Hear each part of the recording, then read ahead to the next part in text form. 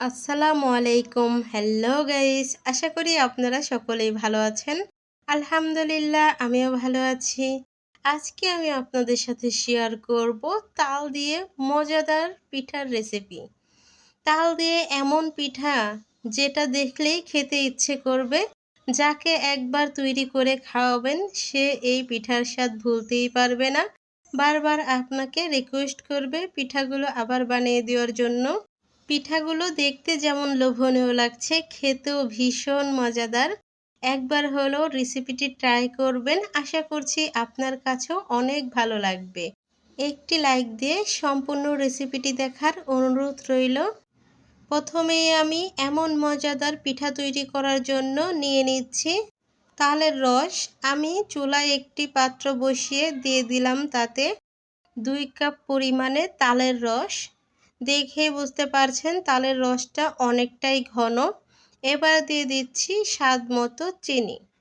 এখানে আমি 1 কাপের 3 ভাগের 1 ভাগ চিনি ব্যবহার করেছি। দিয়ে দিলাম সামান্য পরিমাণে লবণ। এবার চিনি, লবণ তালের রসের সাথে নাড়াচাড়া করে একটু জাল করে নিচ্ছি। অপেক্ষা করব তালের রসটা ভালোভাবে বলক উঠে আসা পর্যন্ত। দেখুন তালের রসটা এই পর্যায়ে বলক চলে এসেছে। এবার দিয়ে দিব হাফ কাপ সুজি আর দিয়ে দিব হাফ কাপ ময়দা। আপনারা চাইলে আটাও ব্যবহার করতে পারেন। এবার সব উপকরণ একসাথে নাড়াচাড়া করে মিশিয়ে নিচ্ছি। নাড়াচাড়া করে মিশিয়ে নিব ততক্ষণ পর্যন্ত যতক্ষণ পর্যন্ত সুজিটা সিদ্ধ হয়ে যাবে এই তালের রসের মধ্যেই। দেখুন তালের রসটা সুজিগুলো সিদ্ধ হয়ে গেছে, অনেকটাই আঠালো হয়ে এসেছে। যতটা সম্ভব আঠালো করে এই ডোটা তৈরি করে নিতে হবে। যত বেশি আঠালো হবে পিঠাগুলো তত বেশি তৈরি করতে ভালো হবে। দেখুন আমি ঠিক এরকমভাবে আঠালো করে তৈরি করে তুলে নিলাম। এবার প্লেটে ছড়িয়ে রাখছি একটু ঠান্ডা হওয়ার জন্য। খুব বেশি ঠান্ডা করব না, যখন অল্প গরম থাকবে তখনই এই ডোটাকে ভালোভাবে মথে নিতে হবে। আমি হাতে একটু তেল মেখে ডোটাকে মথে নিচ্ছি, এতে করে হাতে একটুও লেগে থাকবে না। দেখুন খুব ভালোভাবে মথে নিতে হবে ডোটা। আমি ঠিক এরকমভাবে মথে নিয়ে আমি লম্বা শেপে তৈরি করে নিচ্ছি। দেখুন আমি সবটুকু ডো দিয়ে এরকম লম্বা করে একটি রোল তৈরি করে নিয়েছি। এবার এই রোলগুলোকে আমি ছোট ছোট টুকরো করে কেটে নেব। আপনারা চাইলে ছোট ছোট লিচিও তৈরি করে নিতে পারেন, তবে এরকম করে কেটে নিলে সবগুলো পিঠার সাইজই এক হবে, দেখতে এবং খেতে খুবই ভালো লাগবে। তাই আমি এভাবেই একটি ছুরি দিয়ে সবগুলো পিঠার জন্য ডো কেটে নিচ্ছি। দেখুন ডোগুলো আমি একই সাইজের করে কেটে নিয়েছি, দেখেই বুঝতে পারছেন।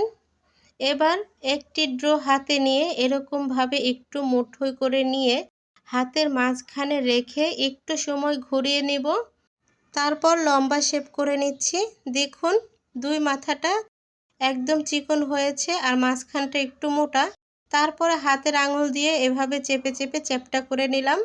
এবার ছুরির মাথার অংশ দিয়ে আমি এরকম দাগ কেটে নিচ্ছি। দেখেই বুঝতে পারছেন পিঠাগুলো তৈরি করা কিন্তু খুবই সহজ। এক পাশ এরকম হয়ে এলে তারপর অন্য পাশ উল্টে দিলাম। অপর পাশও আমি একইভাবে ছুরি দিয়ে দাগ কেটে নিচ্ছি। দেখুন একটি পিঠা তৈরি করা হয়ে গেল। এমনভাবে আমি আরেকটি পিঠা তৈরি করে দেখাচ্ছি। দেখুন হাতের মুঠোর মধ্যে নিয়ে ডোটাকে একটু ঘুরিয়ে গোল করে তারপর লম্বা করে নিতে হবে। তারপর হাতের আঙুল দিয়ে চেপে চেপে এটাকে চ্যাপ্টা করে নিতে হবে। তারপর ছুরির মাথা দিয়ে এরকমভাবে দাগ কেটে নিতে হবে। তবে লক্ষ্য রাখবেন দাগগুলো যদি একই সমান হয় তাহলে কিন্তু দেখতেও খুব ভালো লাগবে। খুব বেশি চাপ দিয়ে ধরা যাবে না, তাহলে পিঠার শেপগুলো নষ্ট হয়ে যেতে পারে। দেখুন আমি অপর পাশ একইভাবে দাগ কেটে নিচ্ছি। দেখুন কতটা সুন্দর হয়েছে, তাই না? আমি ঠিক এরকমভাবে সবগুলো পিঠাই তৈরি করে নিচ্ছি। এই পিঠাগুলো যে তৈরি করা এত সহজ আর খেতে যে এত মজা, যেটা একবার যদি না বানিয়ে খান বুঝতেই পারবেন না পিঠাটা যে কতটা বেশি মজাদার। আমি তো একবার বানিয়ে আফসোস করছি কেন পিঠাগুলো আগে বানালাম না। দেখুন ঠিক এরকমভাবে আমি ধৈর্য সহকারে সবগুলো পিঠাই বানিয়ে নিলাম। দেখুন পিঠাগুলো মাশাআল্লাহ দেখতে কতটা সুন্দর হয়েছে। আমি একইভাবে সবগুলো পিঠাই বানিয়ে নিয়েছি, দেখেই বুঝতে পারছেন পিঠাগুলো কিন্তু একই সাইজের করে বানিয়েছি। সবগুলো পিঠাই মাশাআল্লাহ দেখতে খুবই সুন্দর হয়েছে। এবার এই পিঠাগুলো ভাজার জন্য চুলায় বসিয়ে দিয়েছি ফ্রাই প্যান, দিয়ে দিয়েছি অল্প পরিমাণের তেল।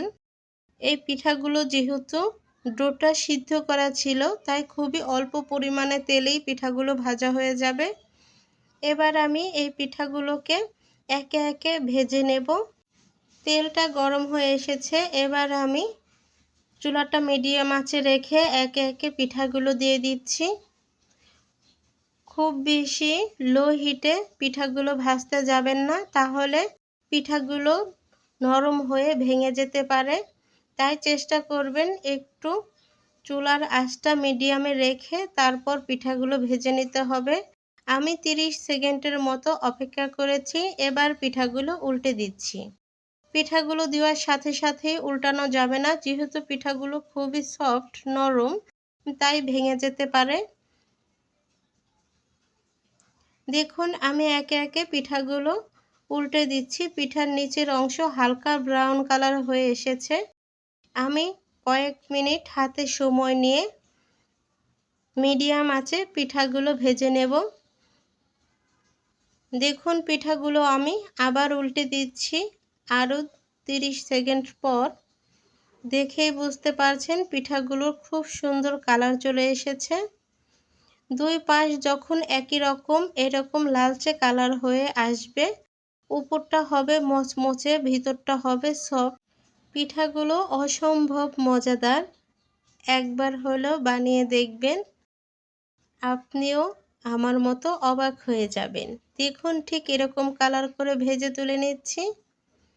দেখুন এবার পরিবেশনের জন্য রেডি। খুব সহজে মাত্র কয়েক মিনিটেই বানিয়ে নিলাম সুস্বাদু মজাদার পাকা তালের নতুন পিঠা। দেখতে যেমন লোভনীয় লাগছে, খেতেও অনেক বেশি মজাদার। একবার হলেও রেসিপিটা ট্রাই করবেন, আশা করছি আপনার কাছে অনেক ভালো লাগবে। রেসিপিটি যদি ভালো লেগে থাকে একটি লাইক দিয়ে দিবেন। নিত্য নতুন রেসিপি পেতে চ্যানেলটা সাবস্ক্রাইব করে পাশে থাকবেন। আজকে এই পর্যন্তই, দেখা হবে নতুন রেসিপি নিয়ে নতুন ভিডিওতে। সেই পর্যন্ত সকলেই ভালো থাকবেন, সুস্থ থাকবেন। পরবর্তীতে আবার দেখা হবে। আল্লাহ হাফেজ।